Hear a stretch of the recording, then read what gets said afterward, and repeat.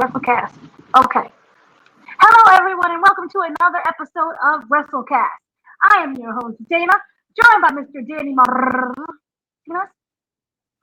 And we're here to talk about everything that happened at SummerSlam and the mystery opponent who randomly came back, who I was the only one to predict that he would come back because there were clues. There were clues from the Hall of Fame of WrestleMania 41. So, let's just kind of break this down. Unlike the other SummerSlam pay-per-view, this was 2 nights at MetLife Stadium over in Jersey. Yeah. So, night one, we're going to start with first. The opening match, we saw Roman Reigns and Jey Uso take on Bron Breakker and Bronson Reed. What were your thoughts on this match? And I think I skipped the fact overall of night one. What do you mean overall? Oh, just the overall feelings of night one? So before we get to the match itself, I'm gonna tell you straight out just to answer the question for both nights. I found SummerSlam boring. Incredibly boring. Overall, incredibly boring. This is probably the worst SummerSlam I have probably ever seen. Yes. I don't care how good the matches were. There are some good matches. People put in a good performance. That is a very different thing from the overall show. I did not like this show whatsoever. And we'll get to that at some point. But it was just everything was just so badly, poorly, lazily booked. Everything was just so unimportant. Everything was just so blah. But anyways, yeah, Bronson Reed and the other people and stuff. It was okay. It was just okay. I kind of like what they're doing with Roman Reigns and him with the whole shoe thing. I think it's kind of funny. But obviously we're talking about SummerSlam right now, but they kind of written off Roman Reigns as of Raw now. So that whole thing is pointless and unimportant now. So, but as the match of SummerSlam itself, I was just like, it was an okay match. It was okay. I'm not crazy about Roman in general. You know how I feel about him. He's got 4 moves, and he's charismatic, but he's got like 4 moves, and everything he plays is safe. And it's just like, I didn't enjoy this match. I loved this match. I thought it was a very strong opening. There were some weak moments when it came to other matches, but I was like, oh, snap, we're starting off strong. So for me, I thought it was really great. I like the fact that they did the whole Roman Reigns sacrificed himself for Jey Uso, because remember, Bron Breakker was going to spear him, and you don't want to get speared by him. But Roman Reigns was like, no, not my Jey. And he ran in there and took the spear, trying to get yank Jey away, which was very reminiscent of what happened between Charlotte and Alexa Bliss. So I feel that they're trying to I can't even say get him over. He's over. So, yeah, but I do agree one thing. The shoes, the stealing of the sneakers, because it happened during Raw after SummerSlam. And he looked up and his sneakers were gone again. So I do like the fact that they're doing that. But he is going to be off TV for like a while. He's not going to come back until November, they're reporting. Is it because he's filming? Filming Street Fighter? Because he's filming. He's filming Street Fighter. And remember, that's how we're going to lose Cody. Where I'm like, why would y'all make him champ? We'll get into that mess. Yeah. I don't understand. But it does seem like, and I understand we'll get to that as the overall ladder thing, but we'll give Triple H a grade, because I think we're in a couple years now of Triple H, helming this, and we'll talk about how well he helmed. But the second match, which I loved, again, this was Raquel Rodriguez versus Roxanne Perez versus Alexa Bliss and Charlotte Flair. This is for the tag team championship. So, what were your thoughts? Oh, and then by the way, in the previous match, I believe it was Braun Breaker and Bronson Reed. no Uso. No, it was Hmm? Reed and no. It was Jay and Roman who won the match. Oh, you're talking about Sorry. winners. Yes. Yeah. Yes, I completely blinked out. Forgive me there. So the second match, the women's tag team title match. I love this one again. What are your thoughts? I enjoyed this one a little bit more. It was a little bit more fun. I like the dynamic between. It's a bit comical, but it's a fun dynamic between Alexa and Charlotte. I can very clearly tell Charlotte's having a lot more fun with her being in the ring than just like taking everything so rigidly and seriously. So I'm hoping this leads to something good. I'm glad that they won. So that we can show more. I'm me specifically. I'm an Alexa Bliss fan. So any way for me to see more Alexa Bliss is great. So with Charlotte Flair is kind of like the cherry on top now. You know, they're trying to push the babyface look for her still. And it's working because they're a bit of a fun duo. So the match itself was good, and it was mostly because of Alexa and Charlotte. I'm not really crazy about the duo of Raquel and what's her face. I think Liv had a little bit more of a chemistry with Raquel. But Raquel in general, I'm not crazy about at all. But I think Liv and her would have been better than Roxanne and her. But yeah, it was a fun match, especially with them with the blondies. The blondies. I completely agree. This to me was a match that was like, oh, 2 for 2 for me. We're on a roll. This is going to be amazing. I love the pairing of Charlotte and Alexa Bliss, and I don't. Here's the thing. I think Alexa allows us to see not Charlotte, but Ashley Elizabeth Flew. I think is so fun, and I don't think we've ever seen that before. Where she's like title, and very strict and that kind of way. This time, I really feel like for the first time, she's having fun in the ring. We get to see that really fun personality, their dynamic and their chemistry. I think is so well matched. In a way, you can argue that it reminds me of remember Team Hell No with Daniel Bryan and Kane. Yeah. It was like these two don't match, but it works so well. And I love these two together. And I love how Charlotte, even though she's not admitting it, she's like, "Oh, I can't stand her." But you could see that they have like this really caring relationship with each other. And I am very happy that they won the belt because for me, it just wasn't hitting with Raquel and the other one. They're great. Obviously, they're both very great and talented wrestlers. Raquel Rodriguez and Roxanne Perez, but it just wasn't working for me. I honestly didn't care.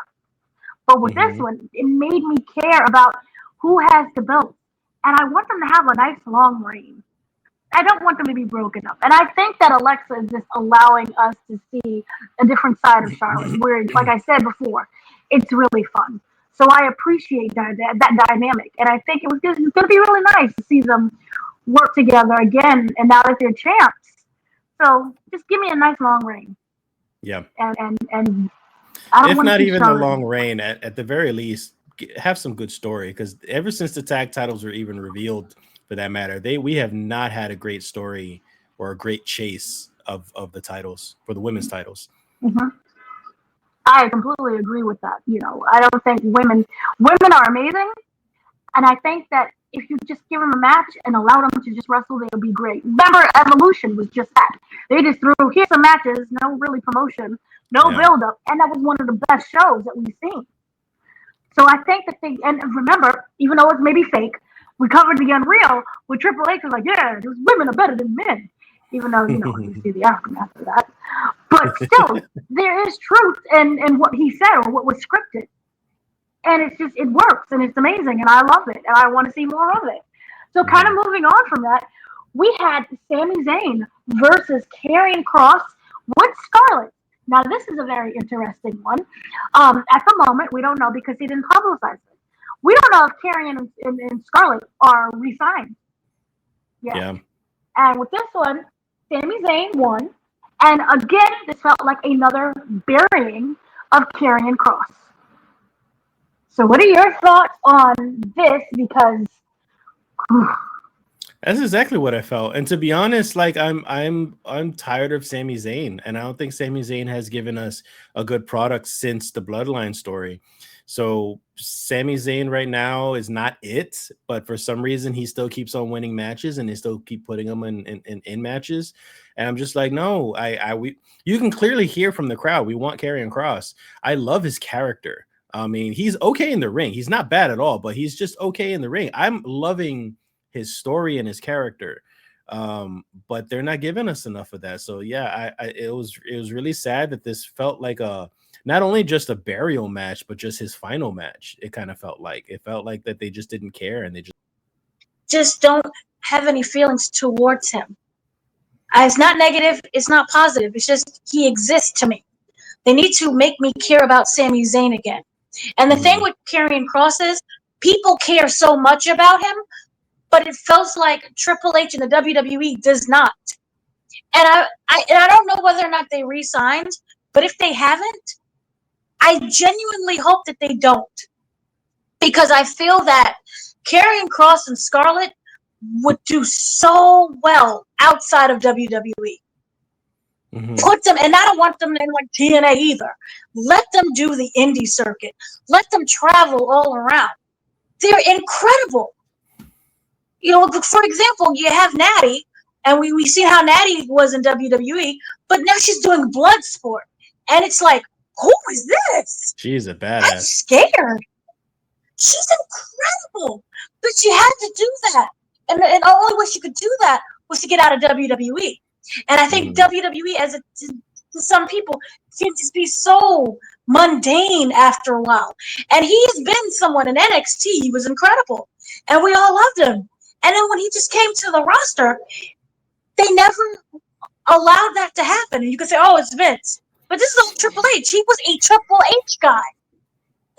So I don't know where the disconnect ended up coming, because we was all like, Triple H is back. He's running this. This Karrion Kross is going to be amazing again. Remember that stupid mask that they had him wear? Where he looked like Shockmaster? And I don't know. He just fell out of love. Yeah.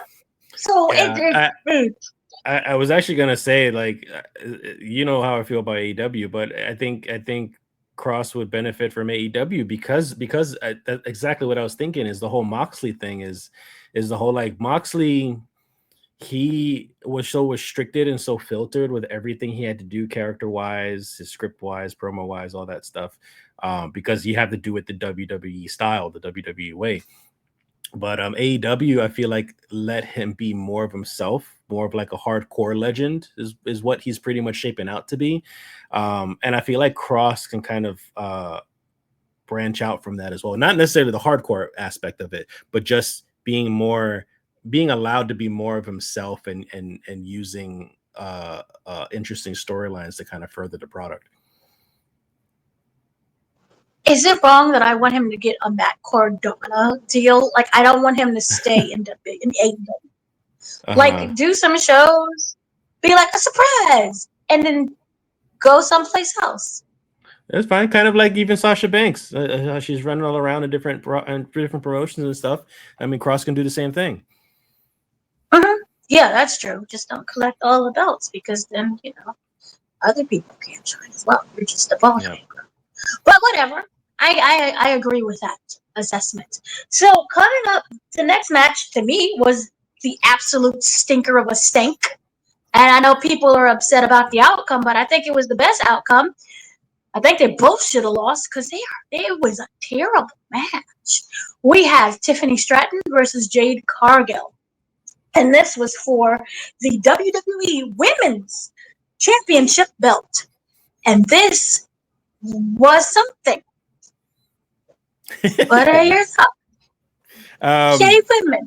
I think giving the belt to Tiffany Stratton just kind of proves that WWE should be cautious whenever giving any belt to anybody, especially world championship belts.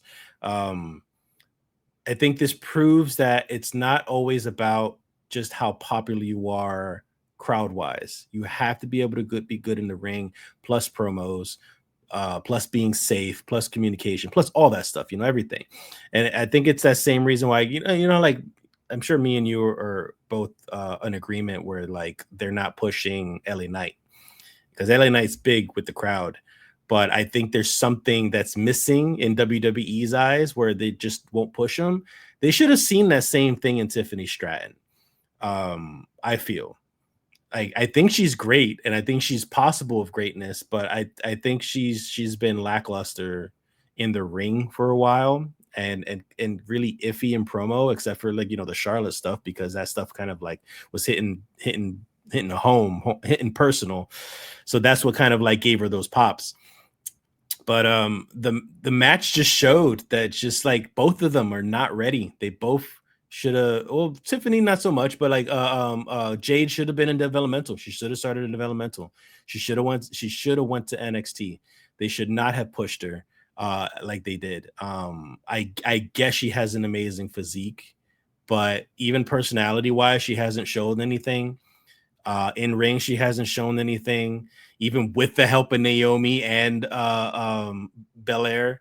Like, she still is not getting the momentum that they want from her. Like, so yeah, this whole match was just, it was sloppy, it was slow, it was unorganized, it was just messy and boring, and just boring. I was just waiting for another spot to happen, and then when the spot happened, it was just like, oh, okay, they chose to do that. Great, moving on. I completely agree. This was a slop fest, a slumber. Yeah, this was. I feel that, and this is another time that I feel, and I hate to bring in another company, but they got her from AEW. Yeah. Right? And she really wasn't great in AEW. They treated her like the Goldberg in AEW. Problem is also they don't train. I'm not there. I don't know what the training practices are, but it felt like she never got proper training. She was literally someone who has an amazing body. She is gorgeous. Okay, let's just pluck you from where you came from in bodybuilding and make you into a wrestler without training her as a wrestler. And I think that it felt like, to me, WWE wanted to one-up AEW. Oh, we're giving her the real star treatment. Without saying, let's see what she can actually do first. Because it's not there. And I don't feel she has maybe improved a tad, but that's just a tad. She should have been much further ahead than where she was for that match, for the belt, being even in contention for the belt. She should have been much further ahead. And I had this conversation with you before. I wonder if this is what she wants to do, or is this a stepping stone? Because there is a wrestler. Well, there was a Kara Hogan, who I believe was in AEW.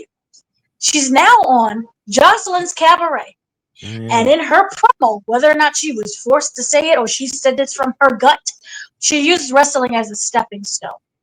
And I'm wondering if Jade Cargill is using WWE as a stepping stone so she can be an actress, work, do fashion, be a model, be one of these big stars that is no longer wrestling. Because, I'm too big now. If she's, kind of like the female Rock situation. But instead of like having a passion for wrestling, and then going into acting, it feels like it's the first. I have a passion for acting, but I'm going to do this little wrestling thing over here so that I can get to my acting. Well, to me, it just comes, yeah. I think you're absolutely right. But also keep in mind, like, someone like Batista, his primary goal was to be an actor. I mean, he turned out great regardless. But I still think like it's WWE's oversight of not realizing that, like, she clearly, this isn't her priority if she's not, I mean, sure, I'm sure for her to have the physique that she has, she must be working out every day. But is she in the ring every day? Is she practicing her moves every day? Is she working on her promos? Like, or is she working on her spots? Is she going to rehearsals? Like, all this stuff still matters as well. And it doesn't seem like she's doing anything but keep her physique. It doesn't seem like she's improved at all. So yeah, I think this is probably just a segue for her to move on to something else, or we might not see her much longer. No, I completely agree. And the thing with Tiffany Stratton, I'm kind of wondering, she was great. She was good in NXT. She started in NXT. So I'm just kind of wondering, where did she start to flounder?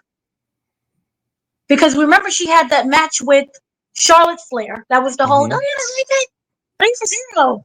That whole debacle. And that was a decent match. Where she came out as the Barbie doll and everything else, and it was decent. To me, I don't know if it's because I hate to say this, but you know how sometimes you may have to lower what you can do to match another wrestler's speed or what they can do? So I'm kind of wondering if because Jade is not at an upper level, Tiffany had to then go down. And then it just all became a chaotic mess. Because then you have Jade who can't support Tiffany. No? I think honestly the opposite. I think honestly, because you know how I feel about Charlotte. I personally, I don't like Charlotte and her her nepotism and everything. But if you were to ask me one of the best women wrestlers in the company, I would say Charlotte Flair, 100%. Like, Charlotte's freaking amazing.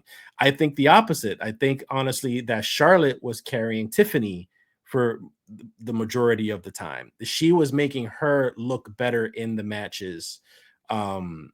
Rather than it was because it was Tiffany. It's a lot like I noticed this a lot with AJ Styles. Like, AJ Styles, no matter who he wrestles, could be the worst wrestler there is. That dude knows how to carry somebody. And every match looks like an amazing match with him because he knows how to carry people. So I think Charlotte Flair made her look good, and she kind of caused Tiffany to push at more than 100%. Whereas we saw the real Tiffany with Jade. Because if Tiffany was as good as we think she was, she would have been able to carry Jade in this match, which she didn't. She made her look really bad. And of course, they made themselves look bad because they just both are not that great yet. No, you make complete sense because she would have, you're right. If Tiffany was that good and wasn't masked by Charlotte, then she would have been much better than Jade. Ooh. So yeah, Jade was really protected by Bianca and Naomi, and once those three split, that was it. And I think without that storyline of Jade getting revenge on Naomi, she's just floundering right now. Yeah. There's really nothing to do with her.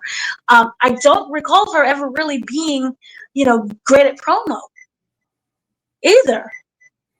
She's just someone who's like just pretty, and her body is amazing.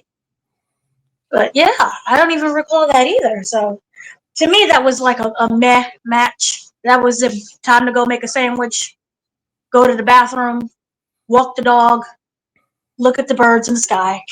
Match for me. You know what I love nowadays is that back in the day, us watching wrestling, women's matches used to be, any women's match used to be like, oh, let's go and get a sandwich. It's time to get our snacks and take a break or a bathroom break or whatever. But I feel like nowadays there are a lot of matches where you want to sit in a women's match, and then there are a lot of male matches that are just like, yep, this is my time to go use the bathroom. Oh, how times have reversed. Yep. But see, they set us back. They said that those two set us backwards again. But yes, this is very true.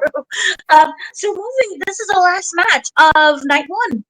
This was the big Jelly Roll, who came out to perform voices, by the way.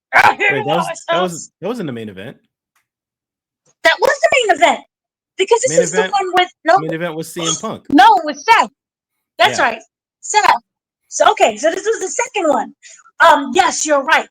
So sorry about that. I had my numbers and things. I'm dyslexic. So yeah, because there was 13 total. So this is the second to the last one.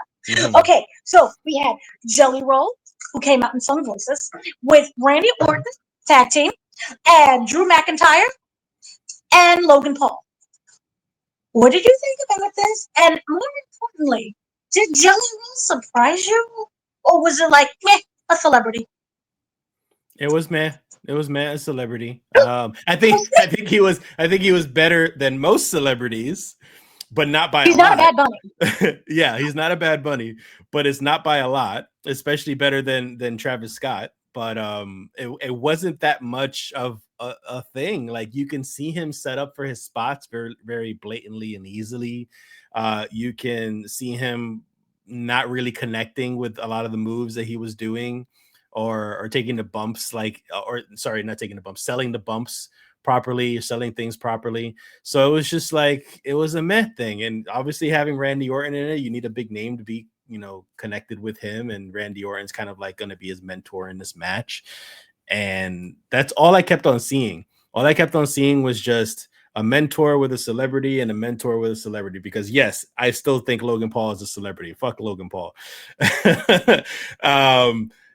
The match itself, I did not find entertaining at all, except for, it's funny that I say this. I just said fuck Logan Paul, but yes, I find some of the spots with Logan Paul rather entertaining, especially the this little Stone Cold thing with his drinks, and he jumps off the turnbuckle onto the table. And what I didn't even know was that he had a camera on him, so we got to later on in social media see a first person view of him slamming on him with on the table. So that was pretty cool too. So Logan Paul, yeah, he's got some good ideas, but the match overall was just another meh. Here's the thing. I completely agree with you, but I will say this. Logan Paul is not a wrestler. He's just really athletic. And he knows how to do athletic things really well. Mm-hmm. So I think I think he's all show. But when it comes down to being like a technical wrestler, that is not what he is. That's not someone that he's capable He's of a spot something wrestler. of doing. He's a spot wrestler. So that's why the Prime thing with the GoPro, they'll put a GoPro and a drone on him anytime, and it'll work. And that's how you get the clicks and the views and the. Mm-hmm. He's a YouTuber, so he knows how to get the advertising and oh my god moments. So I thought that worked really well. But in terms of wrestling, no. So you do have Randy Orton kind of masking that. But the thing that really aggravated me the most, I don't think there was a huge, now I'm recalling, I don't recall there being a huge RKO setup. Remember, there's always a magical moment of an RKO? Yeah. I mean, at the last Sunday, not last, but one of the last SummerSlams, we had the big one with Seth Rollins when he stepped on his back and then was like, we didn't have any of those moments. So that kind of just made me really sad because it was like he's one of the big 4 pay-per-views or PLEs now. So I was kind of upset about that. I didn't get that. Jelly Roll was okay. It wasn't someone who was like, oh my god, I want to see him again. But again, at the same time, he wasn't Travis Scott, where he was like, making people. Him, sadly, y'all are going to see more of him, not me. But yes, he is still in the ring, and he's not that bad either. And I'm sure he'll improve. And he's now 299 pounds, which was like a big thing for him because he'd never been under 300 pounds in like decades. So good for him. I'm happy for those who like Jelly Roll. Yeah. What type of music does he? I don't even know what kind of artist he is. Okay, so I can't say what I think he is. Country, but I think it's a rocker. Rock. He is rock. How do I do this? How do I say this?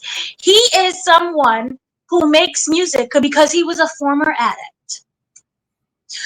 So it's more like the inspirational kind of music that I feel touches the lives of those who had a troubled past.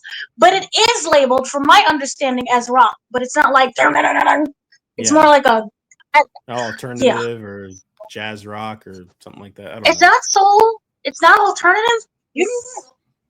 Soft rock. Okay. Yeah. I'm so over the whole celebrity things, and like it's just like the trend has been getting worse since, I would probably say, like Bad Bunny, that there's been more and more celebrity wrestlers coming in because they know they get like some ratings and some pops and stuff. And I was just like, come on, dude, all you're doing is you're ruining the legacy of wrestling with these like this is like borderline. It's going to get to a point where it turns into David Arquette in WCW, like bad. Like that's how I feel like it's going to get at some point with celebrity wrestling, and it needs to stop. I do agree, and also country. It was mainly country.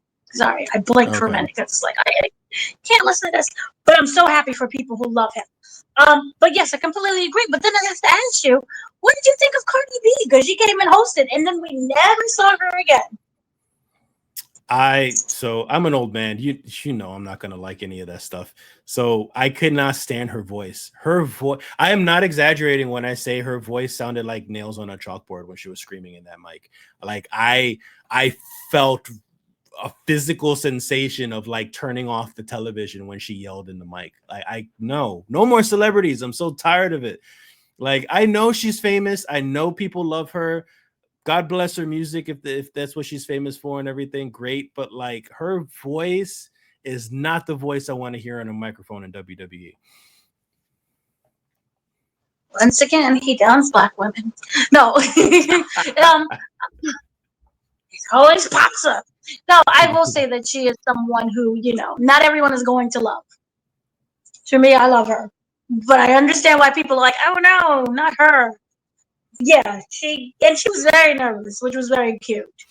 Did she say that, or she seen that? Yeah, no, there was like video of her backstage, and like Triple H would be like, "It's okay, breathe, just go out there. There's no rush." And what was so adorable was that I feel she's a fan of wrestling, and here is a video clip of her, where she saw the cameras, and like I think it was Logan Paul and someone else, and they were interacting, but Randy Orton. Yeah. And it was like, are you supposed to be talking on camera? She's like really into the kayfabe. So you see, she wouldn't like Unreal. But yeah, it was really cute. So then going on now, this would be the main event. We have Gunther versus CM Punk. And then with a swerve at the end for Mr. Seth Rollins. What were your thoughts in this match? I thought this was an old school slobber knocker of a match.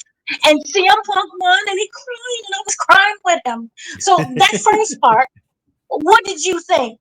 With the blading also, there was a lot of blading doing that. Yeah, the match was very much a classic style match. That's what I like about any Gunther match, honestly. Gunther brings in the classic style wrestling, which I love very much so, very much so like a heel. So I enjoyed the match for what it was, a very much a classic match. I wasn't expecting a lot of story really, or a lot of psychology really in the match, because there really wasn't a lot going on story-wise. So the spot when I kind of felt like he was going to come out bloody, because he was hiding under that desk for quite a bit. So yeah, I was a bit shocked of how much was used. I don't know how much he bladed, who knows, but it was quite a bit of blood. Apparently he got actually injured, by the way, with all that. So he's gonna be gone for a while. But that was a good match, and the blood was a nice little chef's kiss at the end of him kind of like getting his comeuppance as a heel, and then CM Punk finishes him off.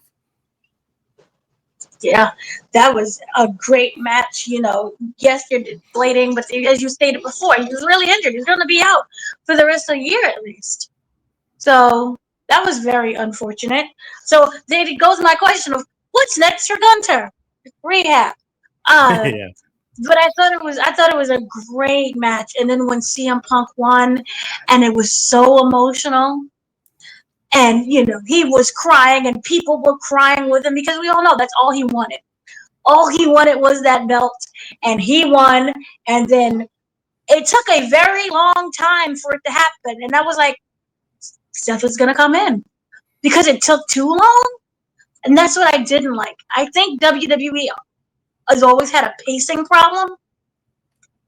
So when it became way too obvious, because he's like just sitting there, Like, where's the music coming? They need to be careful with that, because like a lot of people, and me included when I was younger, like as soon as that champion, as soon as the last match, that bell rings, people were tuning off. People stopped watching. So like, yeah, for them to take so long for them to continue what was going on, like they must have lost a lot of people watching the tail end of that show. But you know what trained me to stay? That's how they introduced CM Punk. Remember during the Survivor Series? And it was like, it's taking a real long time. The credits started rolling.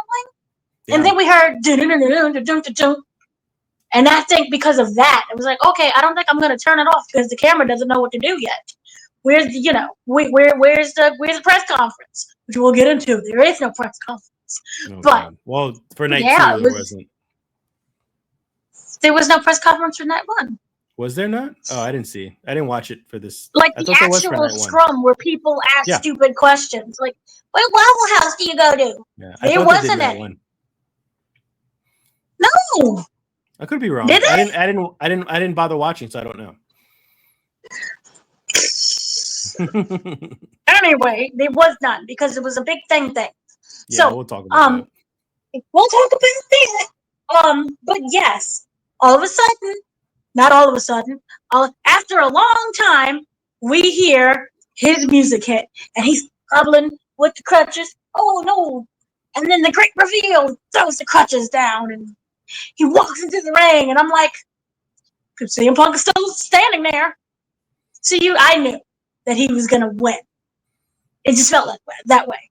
So CM Punk was champ for 5 whole minutes. I guess they dragged it out. Less than that. Still under Drew McIntyre's time. Really? And Seth came. Seth came out, beat him with the briefcase. I'm canceling him. Paul is hobbling behind him. He walks like the penguin. I love it. And he won. So was there any surprise? Did you even care that Seth was like, no, I'm injured, but then he wasn't. It was a huge work. I think that was a great twist. I think I'm very conflicted. It's a back and forth in my mind of I'm already tired. I'm already feeling tired of the story between Seth and Punk, but it was still an also really great moment, and a moment that made sense because of the animosity between the both of them. It's almost like the Kevin Owens Sami Zayn thing. Like, I am so tired of them fighting against each other, but when it makes sense, it makes sense, and then we continue on. So like, that was a good moment for the man that he hates so much to steal that spotlight, to steal that belt from him. And then Punk, that same thing, the man he hates just stole his moment. He only had it for like 2 minutes. It was great. It was great. I also feel bad for actual CM Punk, actual Phil Brooks, for he still doesn't have his WWE moment yet. Like, he's been there for a while already, and then he still hasn't had his belt. He still hasn't had his moment. He got his WrestleMania main event, but it's not like he won a belt, and he still lost that match, by the way. So yeah, poor Phil. See, I felt like that was kind of like payback. You still have to pay your dues for him joining AEW, and then and then talking about him. Remember that the culture's never going to change. He sucked. So yeah, I think that's hilarious. But I did like that. Those 5 minutes were great. I was really happy for him. My whole thing is, I'm tired of Seth Rollins. I wish we could start rotating wrestlers, and he would just go and take a little break. I'm genuinely tired of him winning belts. I'm tired of him just there. It's the same act over and over and over again. And for me, it's very stale. And even though you're like, oh, there's Bronson, this Bron Breakker, and he's Paul Heyman, and everyone else, and it's like, he doesn't need them. They don't need him. Why are we doing this? It was like another I would have agreed with you up until Monday Night Raw, on the next Raw that happened after SummerSlam, because I agree with you about Seth Rollins, but I kind of feel like having Paul Heyman with him adds that little bit of spice, because Paul Heyman kind of hyped up everything in the beginning of the promo, and then Seth Rollins kind of grabs the mic and he continues on talking. It's the same Seth Rollins stuff that we always hear. So it's like meh, but I feel like having Paul Heyman there, it just adds a little bit to it to kind of like keep the momentum with Seth Rollins up. No, I can agree. Yay. Okay. Yeah, it's just kind of meh to me overall, and I'm just. But I will say this. Okay, so they were filming because press knew this for a while ago because it's included in like the press releases and the interviews. This is going to be a multi-seasonal show, WWE Unreal. Mm-hmm. There were cameras backstage filming the whole Seth Rollins thing, which is why we saw like video of him with his daughter, Becky Lynch, being like, oh, I don't know, he's going to be 8. That kind of thing. And they build up to it to the point where it's like, oh, okay, he's really injured. But at the same time, it's like, why are you really going public with this? And then remember, he did one of the podcasts where I think for like 40 or 30 minutes, he was on there talking about the injury. So they really played it up. And then it was like, this is the ruse of the century.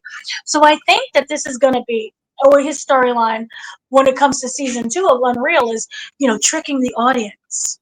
Mm-hmm. And how we really have control and narrative of the show, and how we can control their emotions. So I think that's what Seth is, and we'll get like the behind the scenes probably of him being perfectly fine, but Becky filming the video of him hobbling down with his daughter, which by the way was hilarious because they kept it secret what was going on. Not the daughter, but they went, but not that daughter. That daughter immediately told her kindergarten teacher.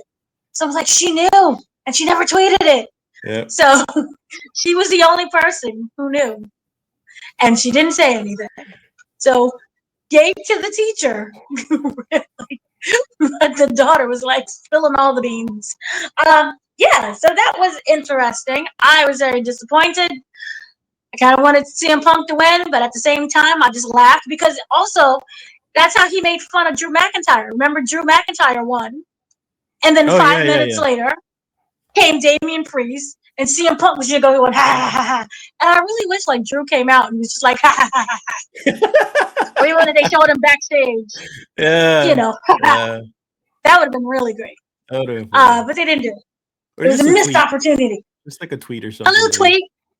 Bored at work again. Ha, ha, ha, ha. Or, something. So, yes, that was night 1. And then now we have the next 2. So night 2 started off, to me, I think was the strongest of the strongs. This was the ladder match. Now they were paying tribute and homage to the TLC of, was it 2000 SummerSlam? I believe it was 2002. Or was it 2000? I don't remember what year. It was in the 2000s. Who was wrestling? But it was the SummerSlam that was like, oh my God, this is amazing. This was like the first time, at least, I ever saw like a TLC match. And this was what the Dudley Boys, the Hardy Boys, and Edge and Christian.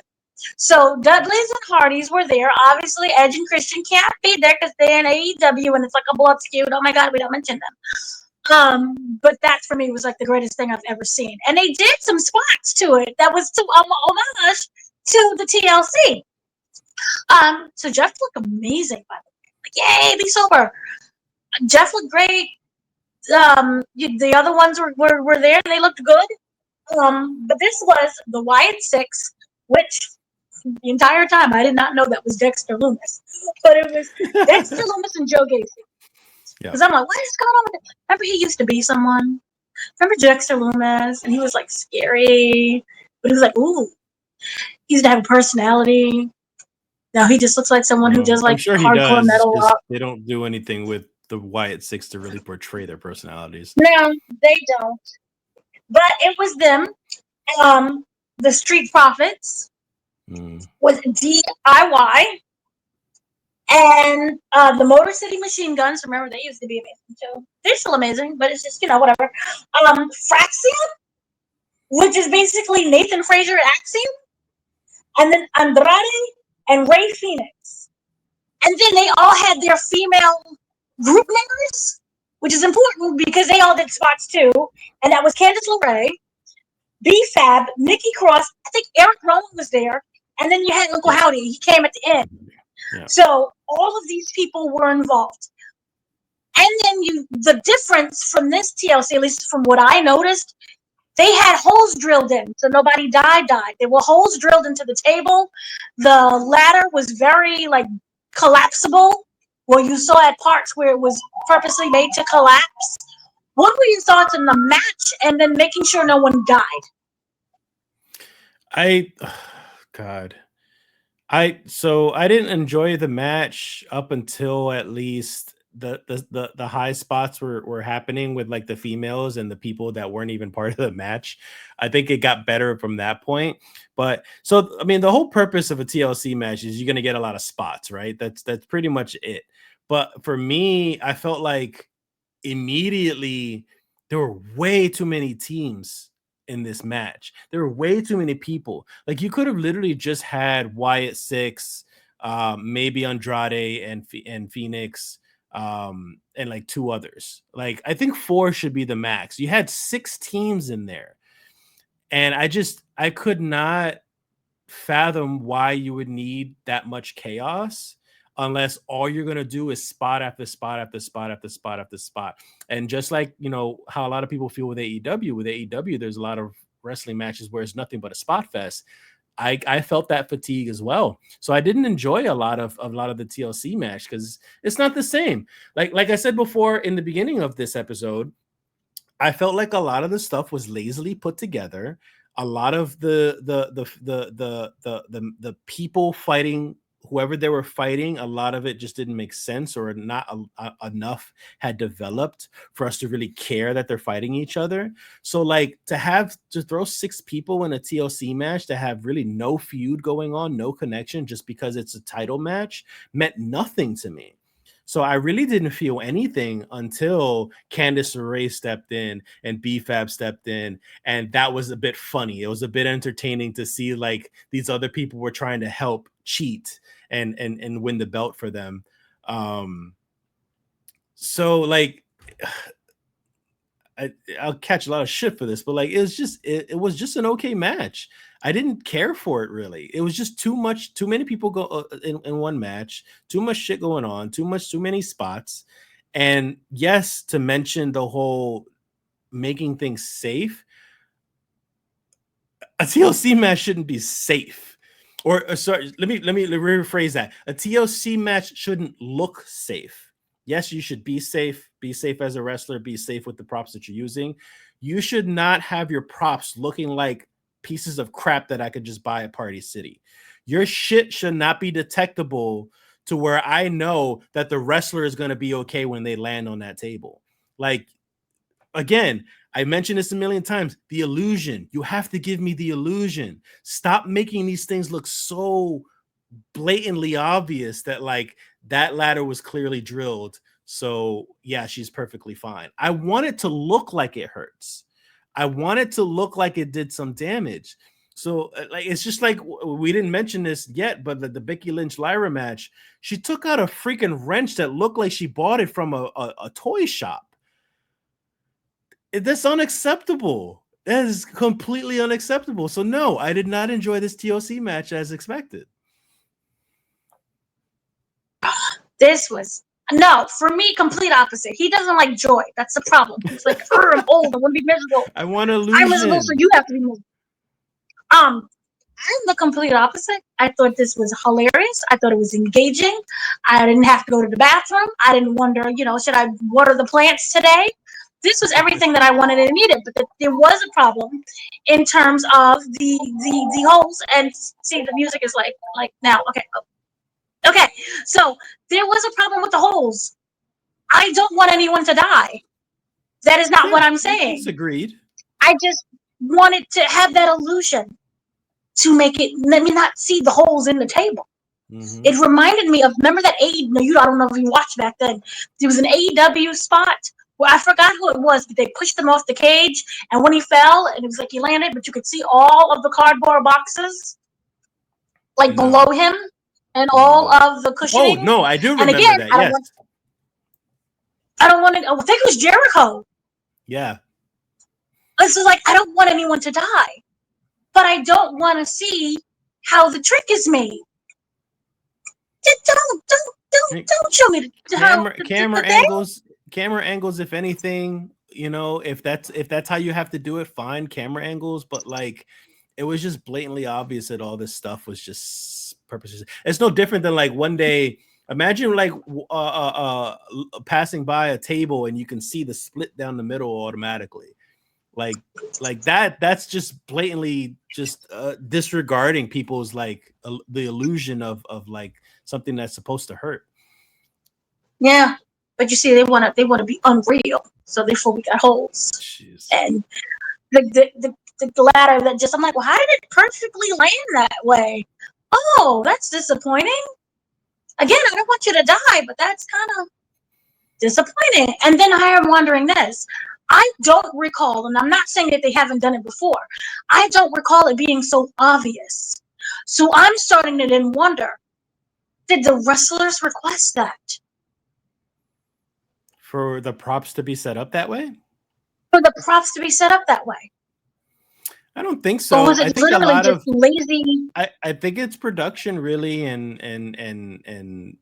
yeah, no, I just think it's production. I think it's just production, just trying to play it safe, and on top of that, like I said, like you could have easily been a little bit more cautious with the camera shots, so you don't see how oblivious or how obvious, that these props are. Yeah. So I think it's all production. The wrestlers want to wrestle and they want to give a good show. Like I'm sure remember back in the day, they used real ladders and real chairs and real crap. So I'm sure that they were still willing to put their body on the line with real props if they were allowed to, which we know they won't. But I think wrestlers are a whole other breed that they would wrestle in any condition. Yeah, no, I completely agree with you. So I'm just really disappointed because production has been so good lately. So I'm just like, what happened? But yeah, so then moving on to what I thought was the most boring match I have sat through, and this is when you go to the bathroom, you make the sandwich, you marinate your meat, you walk the dog, you go to the park for a couple of minutes, and it was terrible. But what to me is unforgivable is how long it was. 25 minutes, 28 minutes. And I'm like, it felt like the whole show to the point where we had the audience was doing the wave and there was an actual fight that broke out. And I'm like, that fight was way more interesting than the fight that we got on stage. So this is Becky Lynch defending the Women's Intercontinental Championship. And again, even the whole match itself is like, I don't get why we're even doing this. Like, you're not giving me a good reason to care. But Lyra Valkyria. And this was a no DQ, no count-out match with the Party City wrench, which makes me wonder, are we trying to copy other spots that other people do? Because we're going to be hardcore, but we're not going to be hardcore. And you could tell our stuff is not hardcore, but every time that we try to do it, we didn't do it right, and we're just bored. I don't know. What are your thoughts? I'm reminded of a long time ago. It was an old Triple H match, and I was still a teenager at the time.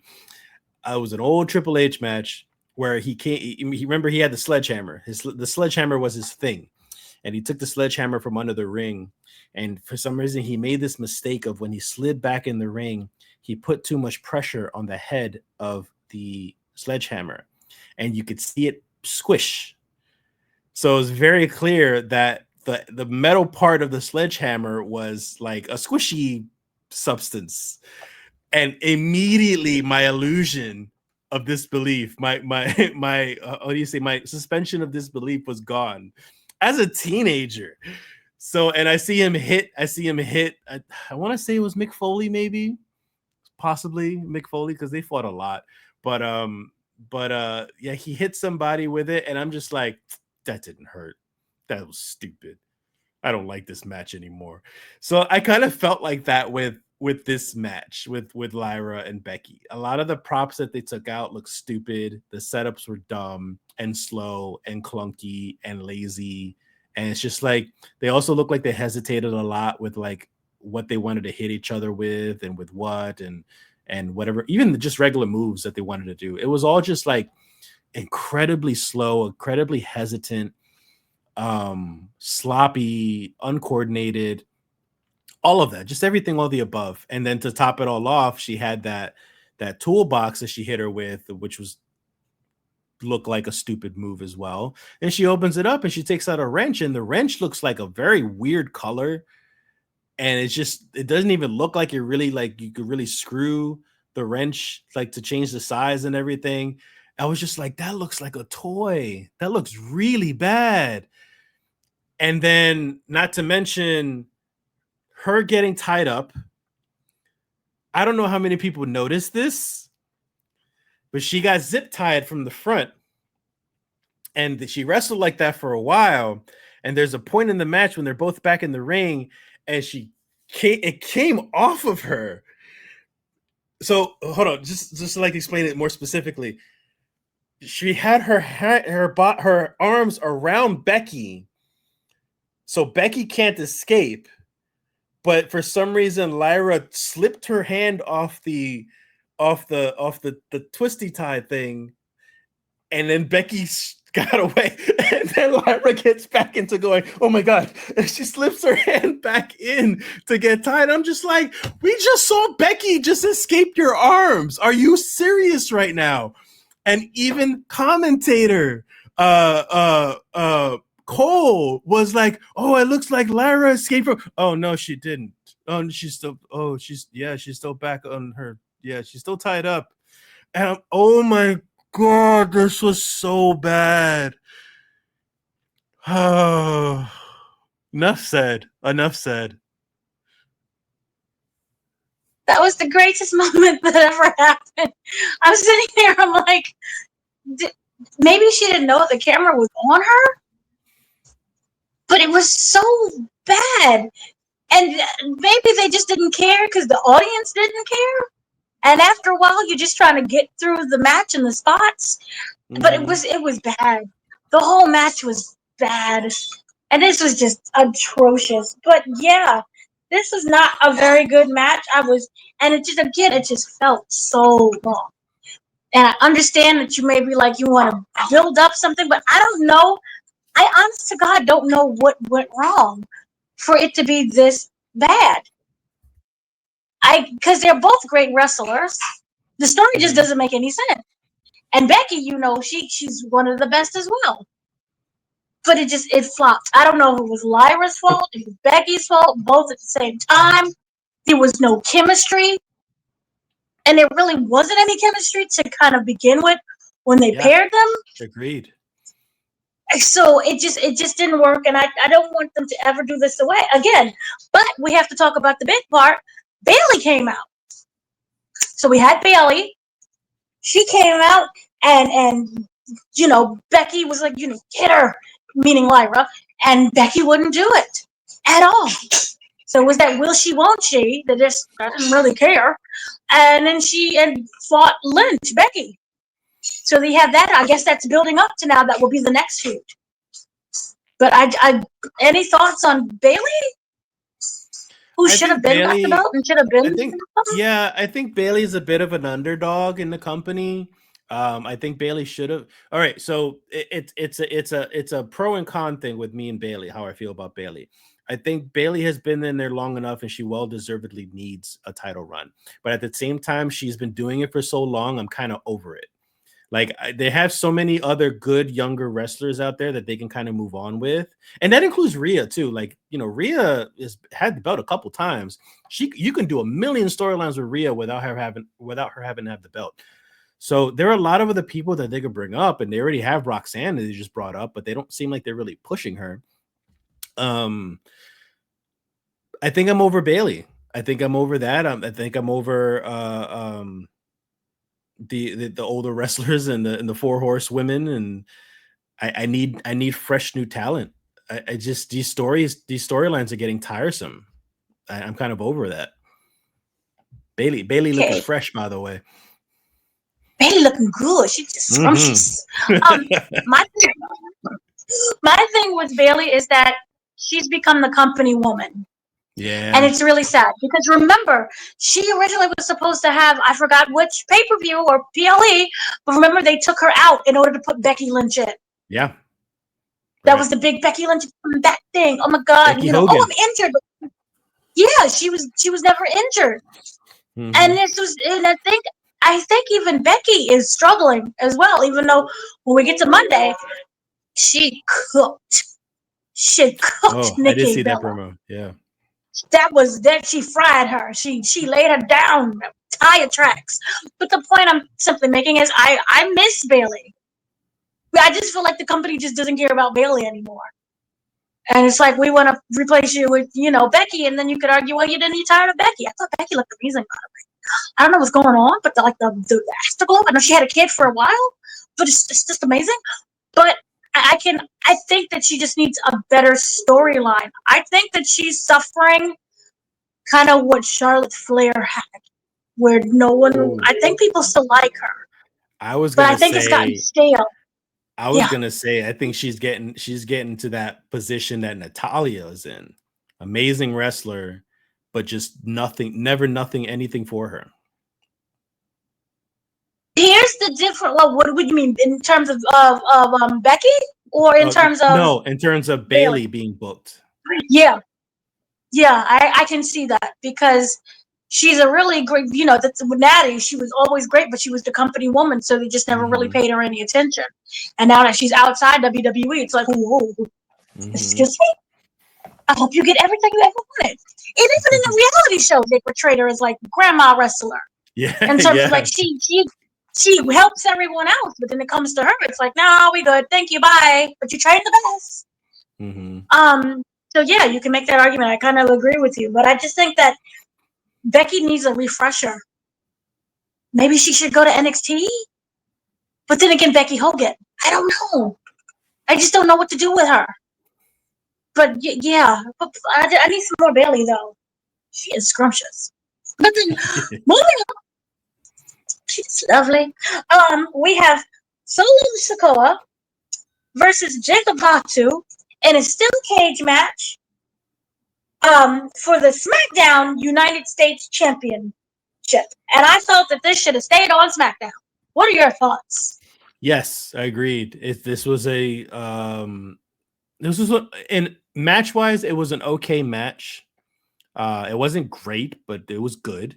But the whole story with them going on and how I feel about it emotionally, I can care less, or I couldn't care less. Like it's just whatever. I don't care about this new wannabe bloodline. What do they call it? My family tree or some shit like that. I don't care about them. I don't care about the feud with Solo and Jacob. I think Jacob's amazing.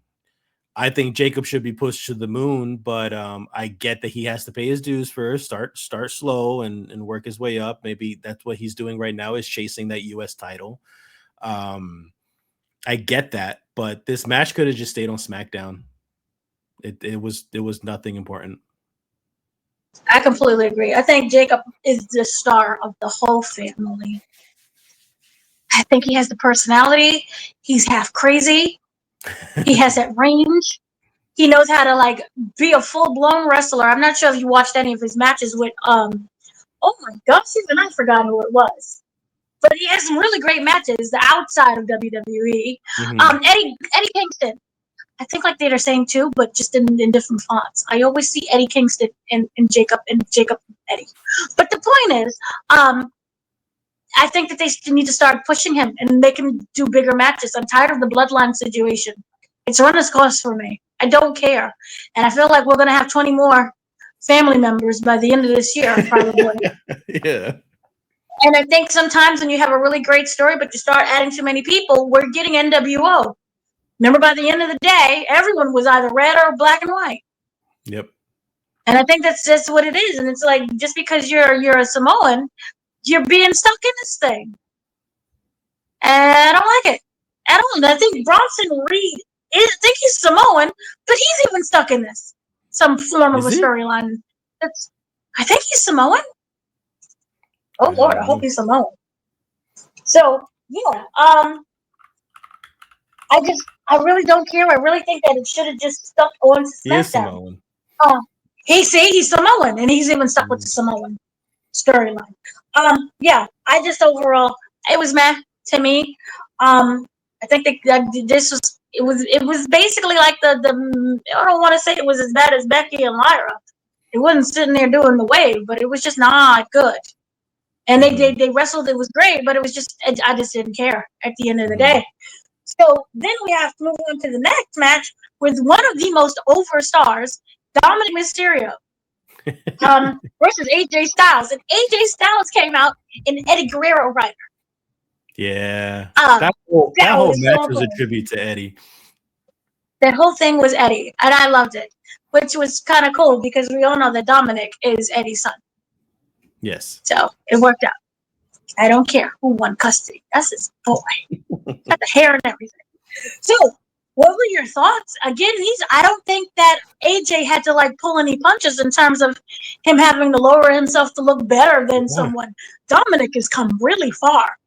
Because when he first started, I think it was his sister. What? I'm not sure if it was his blood sister. Remember the sister? Remember that weird, horrible storyline? Yeah, she was. That was his sister. So it was, they were sisters. So that was terrible, that whole storyline. But he has come into his own. So what were your thoughts on AJ? So I was actually having the discussion with my friend Danny and also my wife at some point that Dominic, I think Dominic has already kind of solidified himself as a Hall of Famer in the future. And that's because I think he's probably one of the best characters on the show. Just character. We're just talking character right now. Like character-wise, love it. Like he has been the best annoying piece of crap, and he does a lovely job of it. Wrestling-wise, you don't see a lot with him. You see a lot of really simple moves. You see a lot of like he takes his time. And I mentioned that to them when I would talk about him, and I was just like, yeah, we haven't really seen him. Like, is he even learning anything? Has he been practicing? Like, is he just relying on his character to get by and that's it? Like, he's not going to try to like do anything in the ring. And then I see this match, and then it kind of just proves he has been improving. It was actually very good. He does a lot of good moves, very much heelish moves, but he still does a lot of moves. He takes his bumps very well. He works with the wrestlers very well, especially AJ. He did a really good job. And yeah, you're absolutely right. It seemed like AJ did not have to slow down. He didn't have to cater to his wrestling style in any sense. AJ was still being AJ. So this match really proved me wrong about the development of wow, blanking on his name, Dirty Dom. So I'm glad also that he retained the title, because I think they need to push him further. I hope he does better. He gets better and better with some good wrestling matches, and something that he could like, be proud to say that, he learned from his father and stuff. And I'm hoping eventually he turns face to kind of like, make his dad proud before, I hate to sound morbid, but either he passes away or at the very least before he retires. When Rey Mysterio retires and he's done, Dom Mysterio can take up the mantle and make him proud. Not just be like an annoying Eddie Guerrero wannabe. So I love the match. The match was really good in entertainment aspect. Let's not kill off the wrestlers who are actually. I don't want Ray people. going, but we're getting old. We're getting people dying every week nowadays, so it's just sad to see all that happen. So speaking of old people, AJ has stated that he no, but AJ did state that he's retiring soon. Yeah. Do you want to see him win a belt? Do you even think he can win the big main one before he go? Ooh. No. And it's not because I don't like him or anything like that. I feel like he can do good without needing the belt. I don't think he needs the belt for any reason. I think he can do amazing as whether it be a retirement run or if he wants to like push a particular person before he retires, whatever it might be. I think he's just going to do great whatever he does without a belt. I want him to have a little goal before he leaves. I think WWE surprisingly has done so well with him, and we know how they hate talent that is not homegrown. Yeah. And he was a TNA guy through and through. He's more WWE at this point, though. He is, right now he is, but I'm just not like in general. They never dropped the ball with him. When he debuted, I think at Royal Rumble, I don't remember the year, but when he debuted, they put a rocket on him, and it hasn't really diffused. Yeah. He's still beloved. They still treat him like a star, and I kind of love that about him. So I don't know how he was able to make it, but so many others, he just was like, we don't care about you. But I'm happy it worked out for him. Yeah. And he's a Hall of Famer. I strongly believe. I'll tell you though, real quick. I can't stand his hair. I really can't stand that long hair. I mean, that's beside the point. But like, he deserves everything he gets. I love him. I want everything good for him. But like, I cannot stand that soccer mom haircut so much. Oh, he called her a Karen. Don't wait. Age of Karen Styles. Okay. Karen Styles is a good name though. Anyway, Karen Styles. Yeah.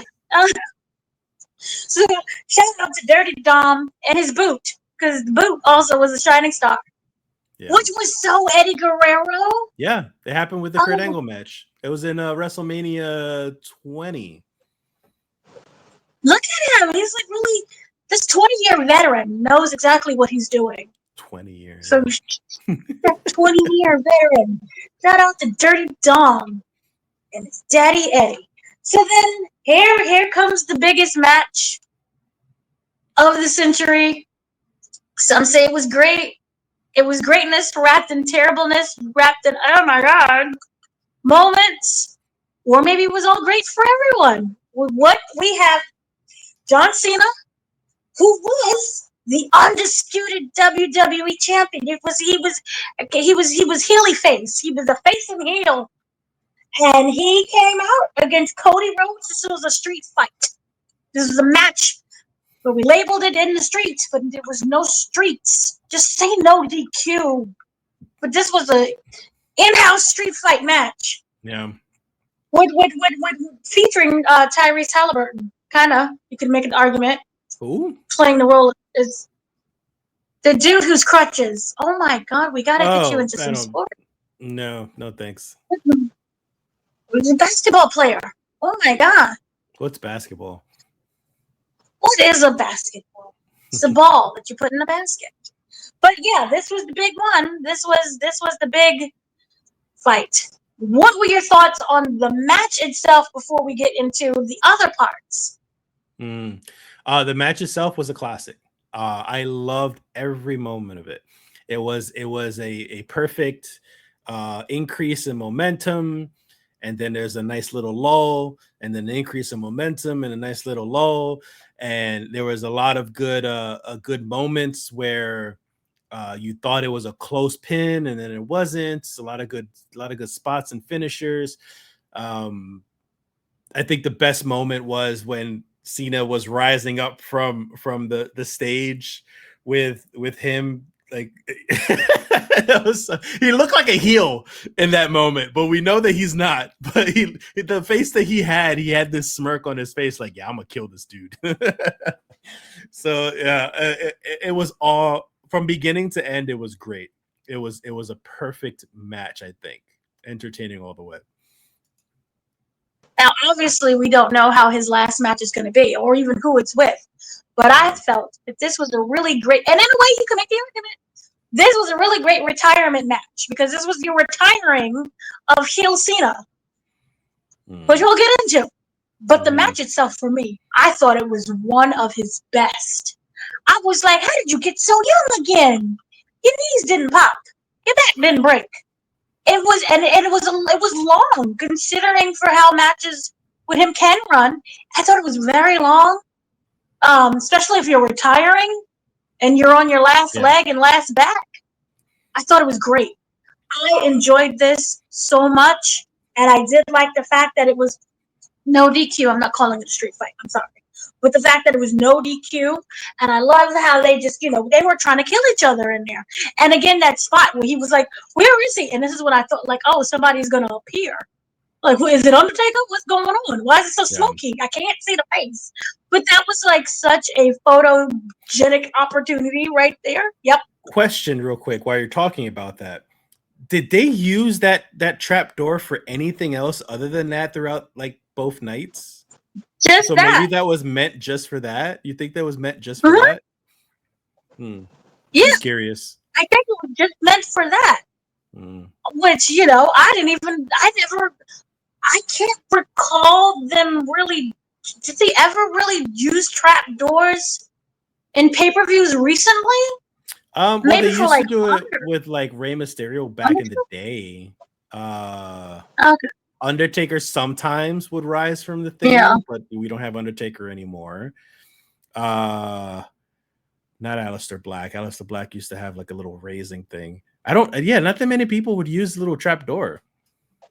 Yeah, I thought this was The Rock. I thought it was, up, here we go, it's The Rock. We're going to finally do something because there was so many criticisms about, dropping, and that itself was just, there goes in with the heel run. That was really terrible. But yeah, so I thought it was a really cool moment. I thought the match was amazing. The trap door was just incredible. And like, he did this whole rise, and I'm like, what's going on? He's like, I'm rising from the ashes. Or his hat, remember the hat, rise above hate? So it's like, this is very promo-y.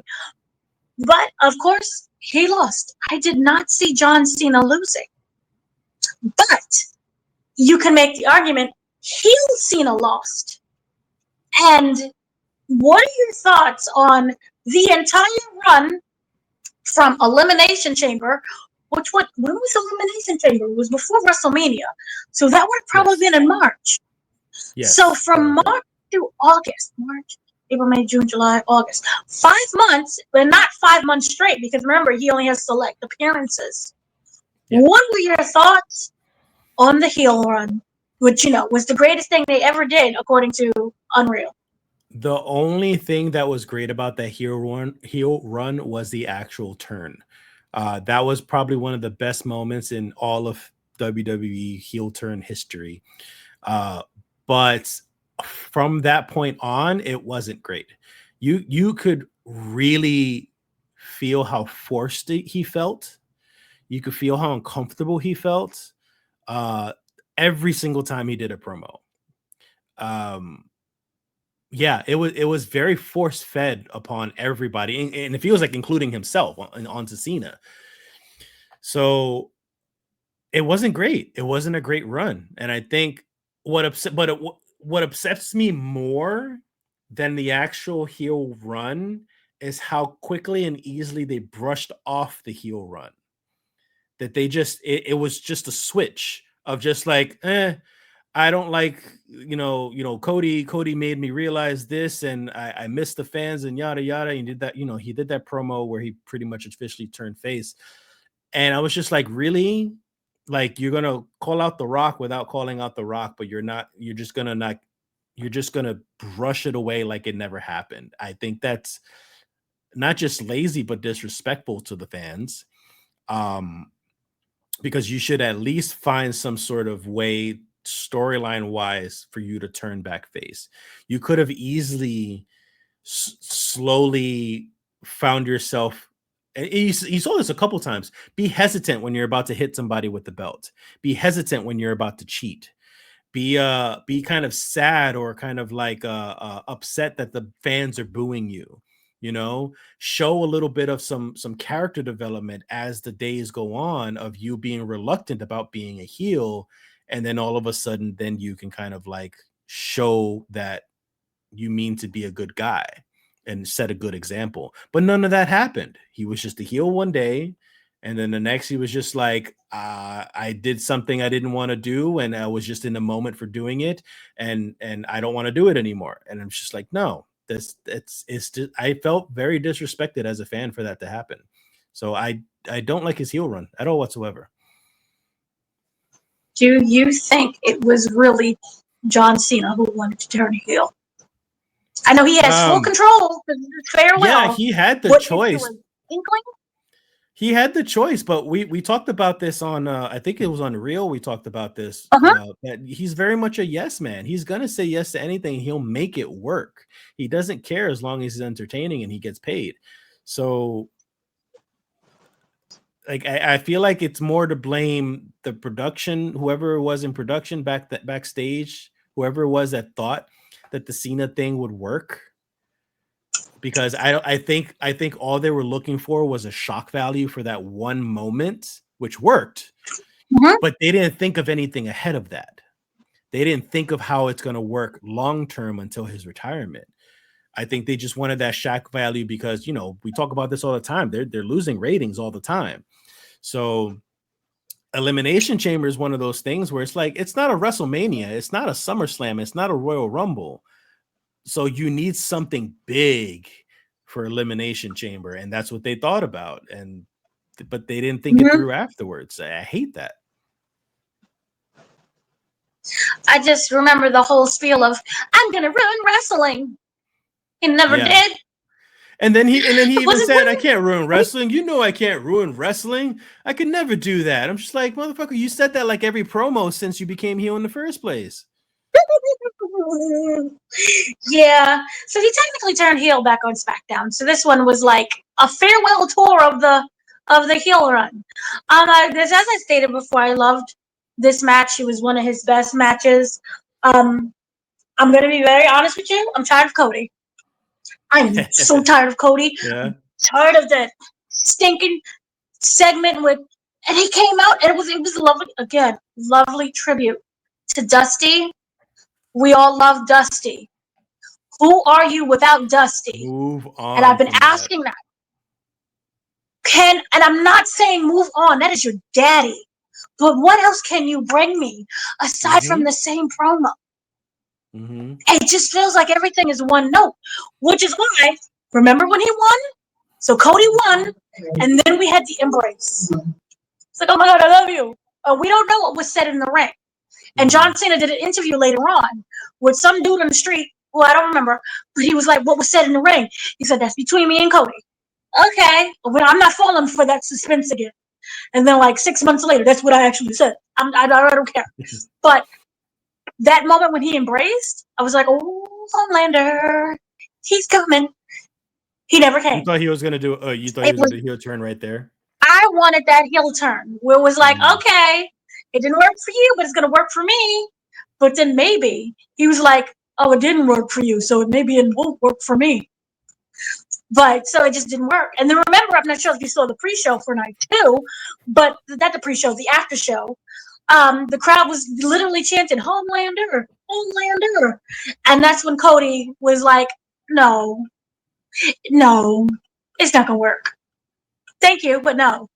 So I just got so sad. But in my heart, he's Homelander, and he's actually good.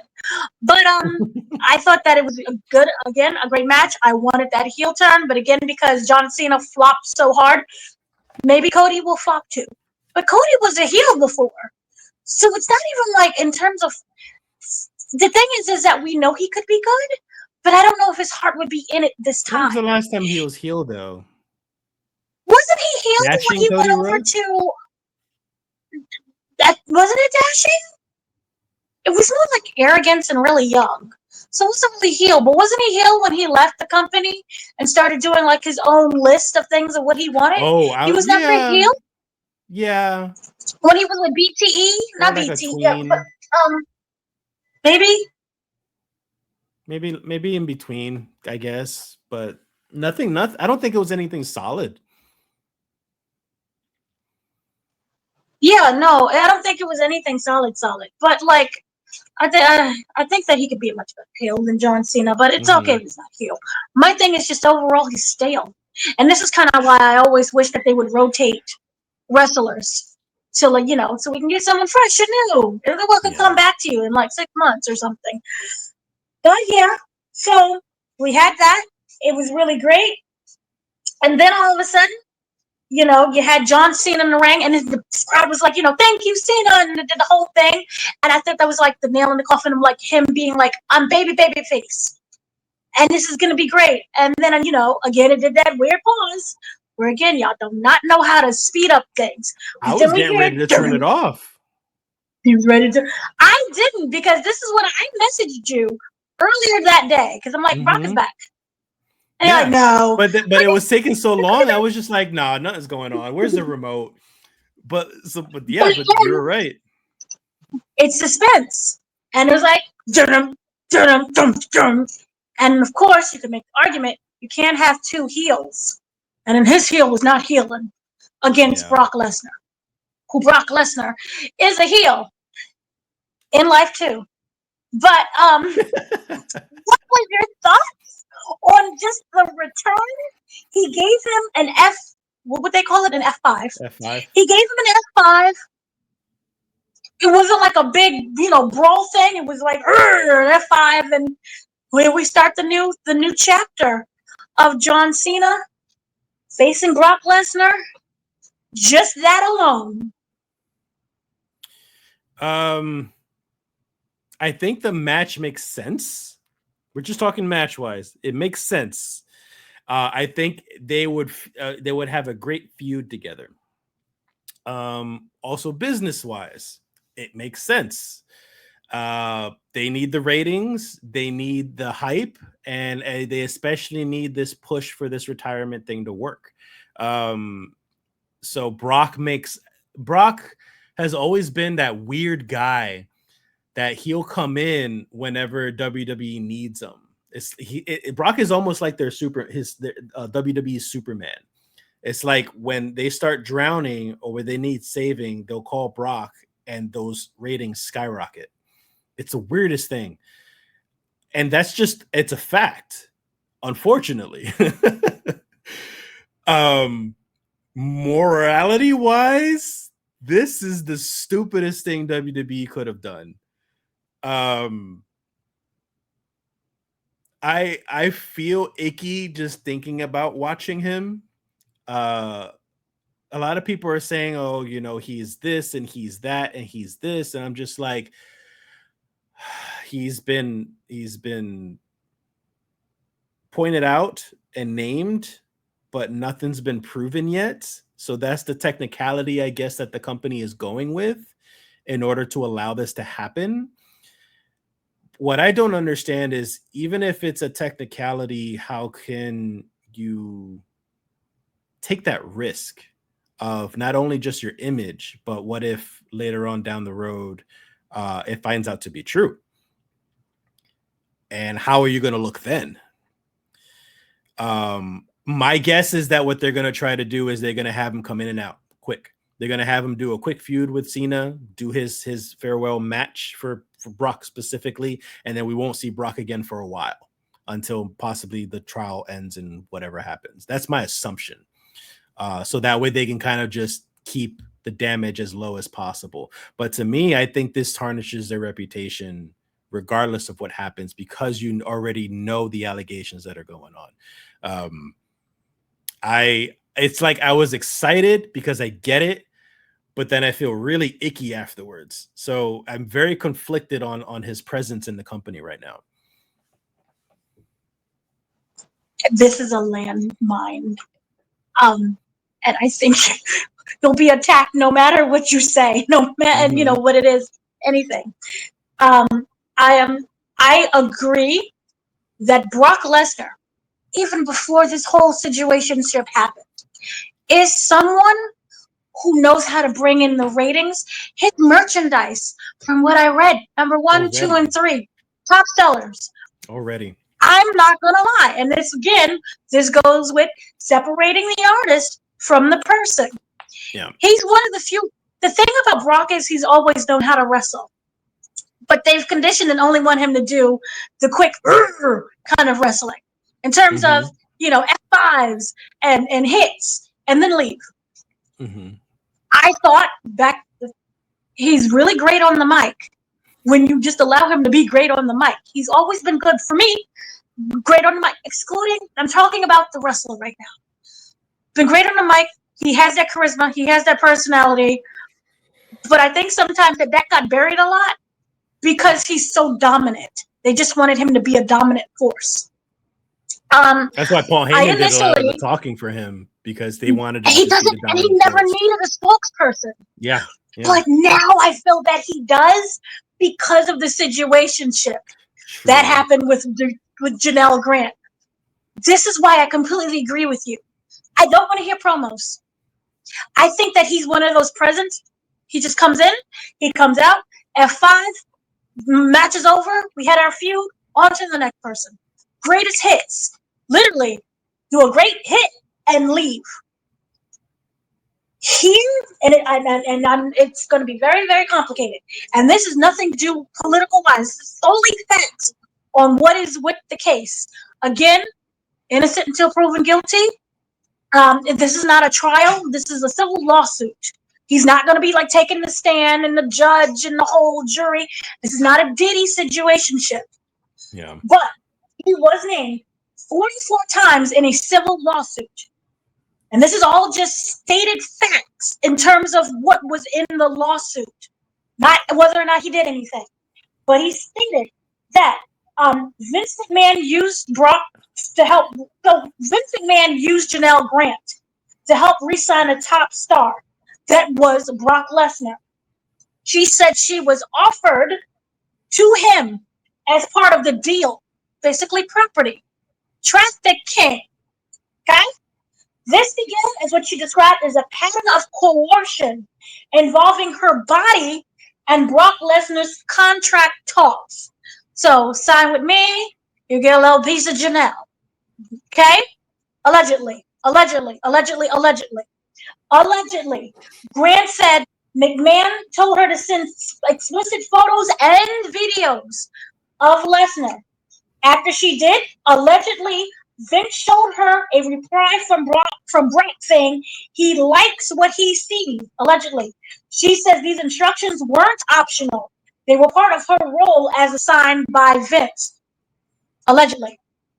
In 2021, Grant says Vince flew Lesnar in to meet her, but the dinner went badly because Lesnar allegedly got too drunk.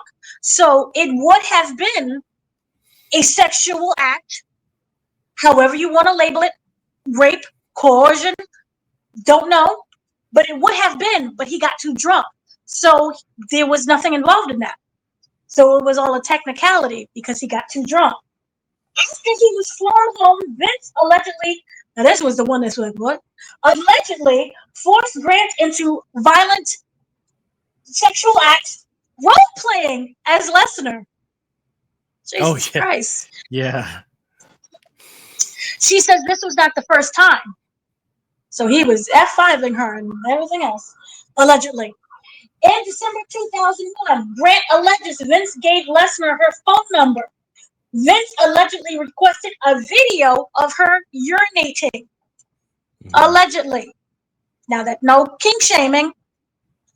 She says she complied. His response, if you didn't do it, I'd have lost interest. He allegedly called her a biatch the next day by text. Lesnar allegedly proposed a play date, a physical meetup. Grant agreed, then canceled due to illness and weather. She says this was her chance to walk away before anything physical happened, but she claims the pressure had already done harm. Allegedly. Allegedly, she says she was used as a pawn to secure talent deals with an S, multiple people, allegedly. Vince allegedly ordered her to perform sexual acts for corporate goals, allegedly. That's where we got the trafficking. With Lesnar, that allegedly meant videos, sexting, and being offered as part of a WWE contract negotiation, allegedly. Lesnar has not been charged. It's very clear. He has not been charged. And according to Dave Meltzer, he was cleared from WWE, which is why he is in WWE now. So, allegedly, he was not cleared. I mean, he was cleared. He was not charged of any crime. He is not a defendant, but he does have a lawsuit. But in the lawsuit, it names him 44 times. He allegedly received explicit content, made demanding, degrading comments, and demands and engaged in sexual dialogue, allegedly, with a woman his boss had control over, allegedly. So that is why people are, oh my God, his return.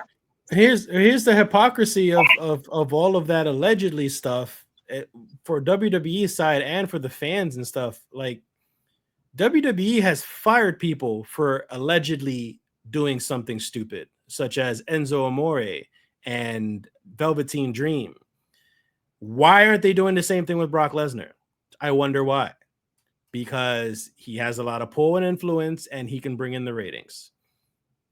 So do you think it's fair to those Brock Lesnar fans saying, oh, allegedly doesn't mean nothing, he didn't do anything until proven guilty? Sure, absolutely right. He is innocent until proven guilty. But the image itself, the idea itself of the allegations happening had warranted WWE to fire Enzo and a huge name of Velveteen Dream.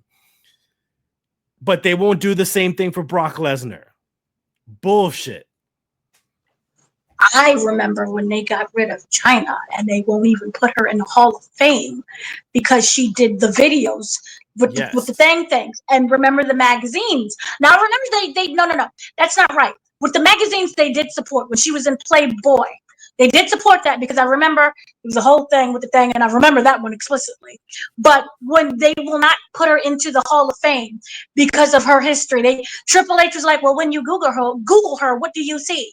So therefore, she's not in the Hall of Fame. Mm-hmm. So I do find it to be very ironic. And then you have, as you stated before, Velveteen Dream was the text messages. Now, whatever it is you want to claim, what really, really happened or what really didn't happen, he was fired. Mm-hmm. So that is another thing as well. And you have countless others. Matt Riddle was fired for. Yes. I think that was. I think because he remember he berated. Mm-hmm. He remember it was like it was drugs incident, I believe, that he had. And then remember he berated somebody at the airport, and that was like the last straw. Oh yeah. Allegedly. Yeah. So yes, you can argue, but when it comes to money, that's what it is. And here's the thing I want to say. I will say this. I feel that WWE has been prepping us for his return. Vince? I think this is Vince's return? Triple H. Well, Vince is gone. I feel this. So he was the last time that we saw him was literally 2 years ago in 23 during SummerSlam. That was the last time that we saw him. But it was really interesting that this year, Paul Heyman mentioned him. I don't care who anybody says. Remember the Hall of Fame speech? Mm-hmm. I don't care what anybody says. I love Brock Lesnar because he was part of his team.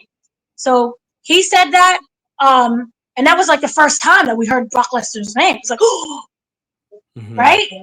And then to me, it just felt like overall the company has been prepping us for like, you may not like this person, but this is the side that we're on.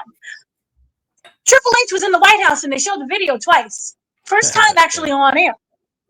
So you have that, and then that's a whole other story of that. So I feel that the company that you work for, they do not have a great history when it comes to protecting women or even other wrestlers. You can make the argument. Ashley Mazzaro. And that goes for, a lot of people in that family was named as like being someone who covered it up, allegedly. So I think that this is a company who genuinely doesn't care. And I think what people are doing is complaining without action. You don't like AEW, right? You don't watch AEW. I can tell you and say, hey, did you see the Willow match? Who's Willow? Nope. It's because you don't watch AEW. So and here's the thing, like if you're itching for that content or something, look up some highlights on Twitter or like I do, because I still catch up with AEW stuff. I just won't watch the product. I will not give them my ratings. So I'll find out what's been going on in the business and stuff like that, but that's about it. And that's the same thing with WWE. You need to speak with, I guess in this point, not your wallets, but your eyes. and not watch the product if that's how you feel about it. You shouldn't have tuned into Raw. I know he wasn't going to show up on Raw, but you shouldn't have tuned into Raw. Don't tune into SmackDown, because that'll tell them what they need to know about it. And by the way, like you mentioned the whole prepping. I don't think the word is prepping, at least for me. I think the word is just test. I think the word is testing. I think what they were trying to do, I think what they were trying to do is that because fans are fickle, fans will forget things and will move on from things as quick as you remember them. So I think the more the occasional time you hear the word Brock Lesnar, or even Vince McMahon for that matter, the less of a reaction the fans give, the more it gives them the idea that, like, okay, they're starting to forget. They're starting to not make it a big deal. So maybe at some point we could start to slip in a little bit more and we can introduce Brock Lesnar, because I know at some point, and you mentioned this on Twitter, we're gonna see Vince McMahon again on television.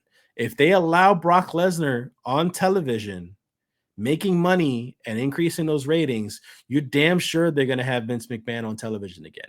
Not in control, not in production or anything like that, but he will be Vince McMahon, the character, and he'll show up at some point. John Cena, this is handpicked by John Cena.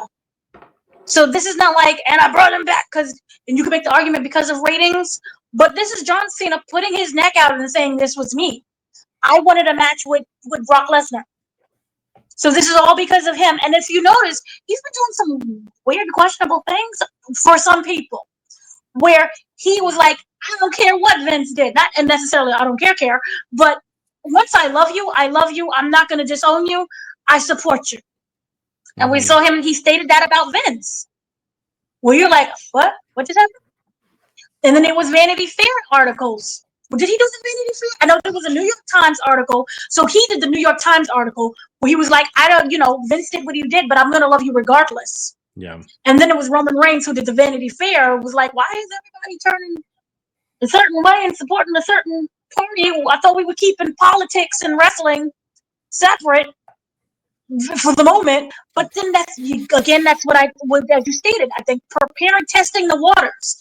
Because when Roman Reigns did that whole article, you're like, what? And then, of course, we know The Rock and his side and what he feels. He did the Fox News interview. And I'm like, oh, okay. Those are your opinions. Okay. So they've been testing.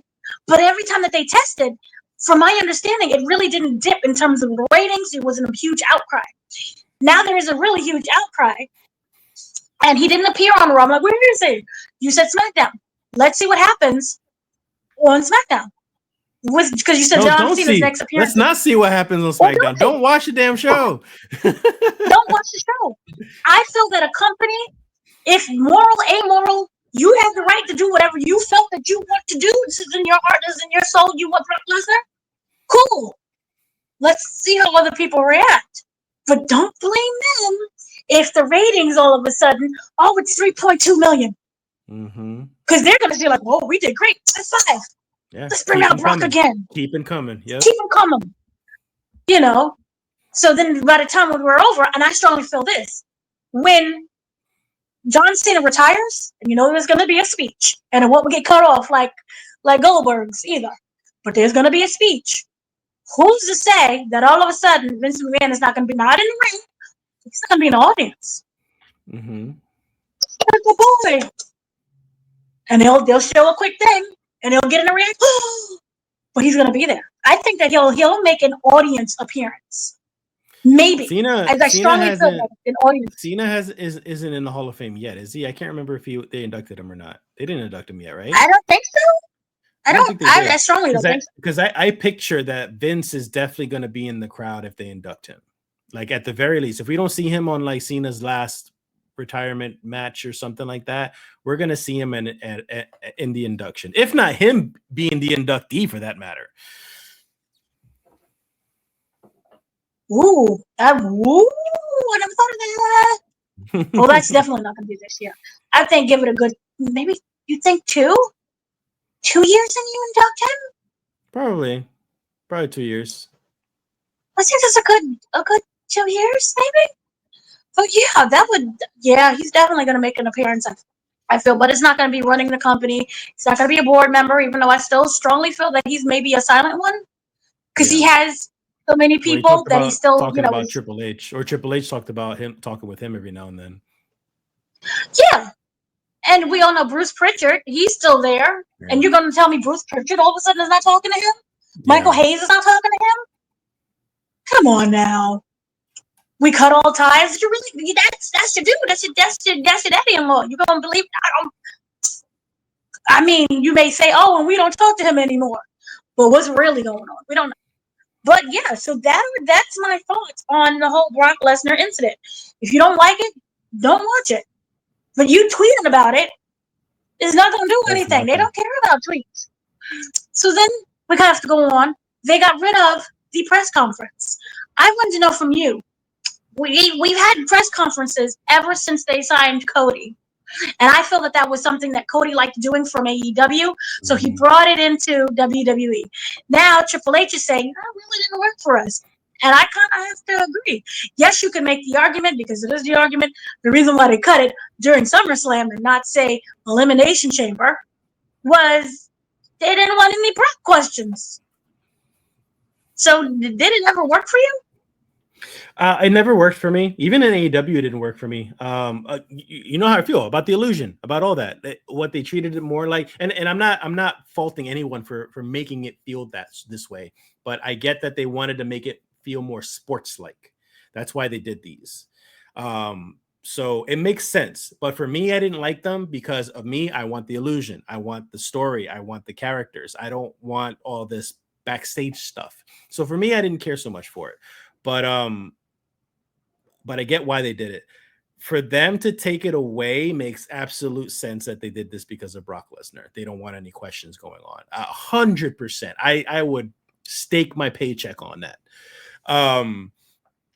What would piss me off, even though I don't care about it, what would piss me off is that they took this away, but as soon as that program with Brock and Cena is done, they all of a sudden bring it back.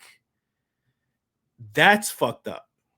That would be an insult to the fans, because all they did was try to smack a Band-Aid onto something and hold it tight until the problem went away again. And then they could bring back the whole scrum stuff. I have a feeling that that's what's going to happen. Triple H said that they was done. I think they've been a debacle. I think it's bullshit. I don't.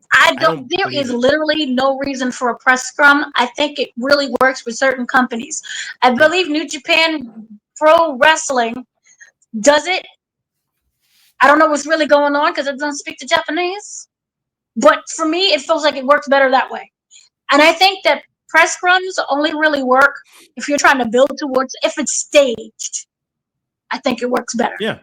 Yeah. Like, here's one wrestler and I beat him, and then you have the other wrestler come in and then body slam him. Sometimes, because they did it with like Drew and CM Punk. They did it with they did do wrestlers. That. They did it a little bit. So yeah, I agree with that. I guess you could look at it in that perspective, that it helps push the story if they're still staying in character. But that's the thing. Like, I still feel like that was something that they were very adamant on doing, and they did it for a while. For them to just take it away all of a sudden in SummerSlam, coincidence? No. So I think they're just going to bring it back and act like nothing happened. Here's what I kind of wonder about.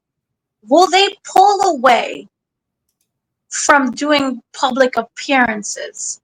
Because remember, they used to do a lot. They still do. They do a lot of Comic Cons. Mm-hmm. And even though it may be like the touring event at the Comic Con, do you think that people can then be like, and Brock is back? What are your feelings? Because I think I think they're gonna have a very large meeting and train everybody to give very corporate answers, especially from Triple H and Cena, because they're not going to have Brock. They're not going to show Brock off anywhere. He's going to be backstage until he's ready to get in that match or that ring, promo or not, whatever it might be. But all those other wrestlers and producers, and even like Heyman for that matter, Heyman's never afraid to like tell you. No, he declared his love for him. He was the one who kickstarted this. Well, what I'm saying is like Heyman was never afraid to tell a fan or anybody off. So like if a fan or even like an actual journalist had the balls to ask about Brock to Heyman, Heyman's gonna be like, "Fuck you, next question." Like literally. That should be really interesting. He does have great control over everything. And then also remember when the lawsuit first popped up, the really great spokesperson who I'm like, he should just do this instead of Triple H was Cody Rhodes. Remember he gave that really good professional answer where it wasn't like a runaround, but it was just really good. Mm-hmm. So he seems to be very corporate too. He's very corporate. But yeah. So what was my own question? I forgot. How do you think people? How do you think wrestlers will react to being questioned about Brock? Yeah, I think it's gonna just be like a duck and dive, and like, here's my toy. Can we focus on my toy? This is not question. This my toy. But yeah, I do. For me, media scrums never really worked for WWE. I think partially because one, the questions were so darn dumb. What's your favorite Waffle House? Mm-hmm. I would have preferred. I prefer what they're doing now. It's very controlled. We're asking the questions, and I think it comes across better that way. So I like it. It was very good. But I guess TKO can save money too. And you do say, but no, because they're still flying out. They still flew out the press to be in the skybox.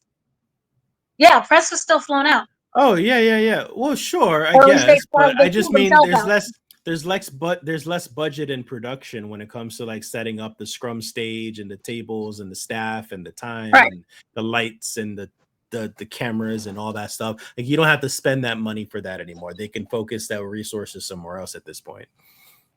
Yeah, and it's a good lesson to like don't cover wrestling if you can't. It was a really, you know what? It's easy to say you guys' question sucked because it really was a catch-22.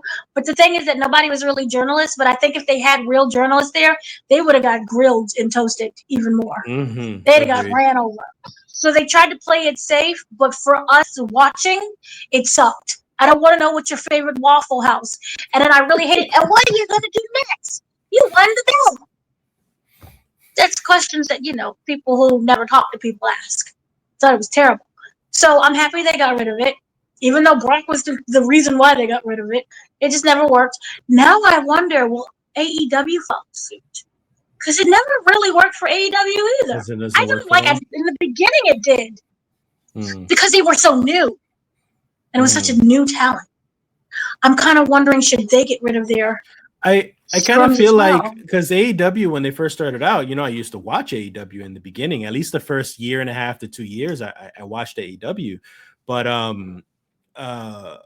their big marketing thing was that they were going to treat it as a real sport with real sports stats, and that's why they also did the scrum thing, because other sports do the same thing. But they've strayed away from that for quite a while now. They don't really track wins and losses the same way. It just doesn't work. It didn't work. So why get rid of one thing but not another? So I agree. You should probably get rid of the scrum thing also, because you're not sports oriented anymore. You're a wrestling company. You know what? They should have got rid of scrums when it came after that CM Punk situation. Oh yeah, because that CM Punk embarrassed him too. And here's the thing: it wasn't a journalist that asked the question. CM Punk started the whole thing by asking a journalist the question, about Colt Cabana. I believe it's been years. Yeah. Mm-hmm. So I think that maybe we should no longer have a scrubs period. It just doesn't work. Yeah. Do what WWE is doing and have a controlled environment where you can say cut when anything goes crazy. So yeah, that right there could have been a really good indicator. This is not going to work. We can't control people. So, and that wasn't even the journalist's fault. But yeah. So that is interesting. Is there any last things that you want to talk about? Anything that I missed from SummerSlam? Nikki Bella getting ran over. Oh, geez. Well, that was on Raw with Nikki. That was on Raw. That was crazy. Yeah, that was crazy. I don't know why Nikki's in the company. We all know why Nikki's in the company. I mean, be realistic. But I think we covered everything, but in general, SummerSlam was a bust. Yes, I love the plot twists for both nights. Those were great high impact ways of ending the show and all. But overall, I feel like this product is getting lazier and more complacent and more just worried about the marketing and the ads and the money rather than the fans and the wrestling. It's getting worse since Vince left, honestly. It's weird to say that. So this SummerSlam was not fun. I'm not looking forward to the next pay-per-view. So as someone, he's terrible at what happened. But, and he's also, I'm not to say, even before all this thing came out with Vince, he is not perfect in terms of booking. No. We had the dog food. Remember the dog food thing with Roman Reigns? We lived through the dog food era, which was when CM Punk was supposed to come in. But Vince McMahon was like, no. And then Triple H was like, oh, he didn't change. It was me all along who said no, not Vince. And he was terrible. But I do feel that there is an overexposure. We're having pay-per-views, which feels like to me every 2 weeks. Now I'm not good at determining, but there used to be some months in between pay-per-views. Pay-per-views felt special. Like, oh, this match can't be settled on a regular show. This feud has to go on a pay-per-view. And I feel like, oh, you sneezed on me that one time. Pay-per-view match. It's losing its specialty. It's losing its magic. And I think that I'm just becoming overwhelmed with pay-per-views. I just don't care anymore. So I think it's too many pay-per-views, which it was way too many ads during this whole SummerSlam. It was like, you could cut down a whole hour. Not even just ads that interrupted the show. There were ads within the show that was just as annoying and invasive. Like there were ads while people were going down the ramp. There were ads during people's promos, for that matter. What the fuck are we doing? I don't know what we're doing, but it's terrible. And remember, they cut off. Naomi had like a really good promo that she did, and they cut that off. But for an ad, it was so terrible. I think that TKO is really ruining WWE. I don't know if it was intentional. This will go down a whole conspiracy theory, but I don't know what's going on. But it's not working. But once again, here we are complaining, and here are other people complaining. If you don't like it, don't watch it. So, yes, I think there's a difference, though. I will say there is a difference, and I'm not calling myself a journalist. I don't believe I'm a journalist, but I believe I'm here to help out with the coalition to talk about wrestling and put out the news and the matches and things like that. So people like us, we kind of feel a bit obligated to watch the product a bit, to kind of help put out our product to you guys, the fans, the listeners, the watchers and stuff like that. But if you're just a fan who doesn't have a podcast or a WrestleCast or something like that, like you have more of a reason not to watch the product if you hate the product that much. I could hate the product, but I kind of still also watch the product, to kind of like help participate in these type of videos and things like that. So it's like you give and take. So, ladies and gentlemen, live on this video, he is proclaiming that he is going to watch every episode of AEW. Oh, no. That's not. Ladies and gentlemen, this is the last episode I am producing for the coalition. Thank you very much for all the time and the opportunity you've given me. Enjoy your future endeavors. Oh, jeez. He's quit. Oh, you ran out. I'm going to just call you Sasha Banks and Naomi, since you're running out of the company. But yeah, so that is everything that kind of happened. That the big major points of SummerSlam, and of course the return of Brock Lesnar, and we'll have to see what happens from there. And again, if you don't like the decisions that's being made, You have the ability to just not watch. Or plot twist. You remember something? Remember when Vince McMahon did that huge speech? We're gonna fight this together, right? Oh yeah. What did they do? People got upset and they contacted the advertisers. Remember when Slim Jim pulled out? They didn't waste and then no time firing Vince. Then it was like, oh, Vince has been fired from the company. If you don't like it, not only just don't watch it, complain to the advertisers. That's when social media will help out, because you can tag those sponsors on like Twitter and Facebook and TikTok and all of that. Tag them, tag Slim Jim, tag the Hyatt, I think is the hotel that they were promoting. Everything. Tag everything that they do. Papa John's, yes, tag them in those things. Willy Wonka's chocolate factory treats. Literally, just look at the show. There's an ad everywhere, and then contact them. If you don't like it, contact them and see what happens. It's as simple as that. Don't watch and contact. So yeah, that is all of that I have to say about that situationship. I'm not on any side because I'm going to just be neutral and see how this plays out. So yeah, that has been everything they're here to discuss. We do have an interview that will be posted later on. Season 2 of Twisted Metal is on. Yeah. It's on and popping. We have interviews with the entire cast, including Samoa Joe. And even though we tried to talk about the show, we ended up talking about wrestling and the psychology of wrestlers. So if you want to watch, you're watching some AEW and you're like, that's Samoa Joe, dude. What's he up to? You can watch the interview with that. But I've been your host, Dana, joined by Mr. Danny Martinez.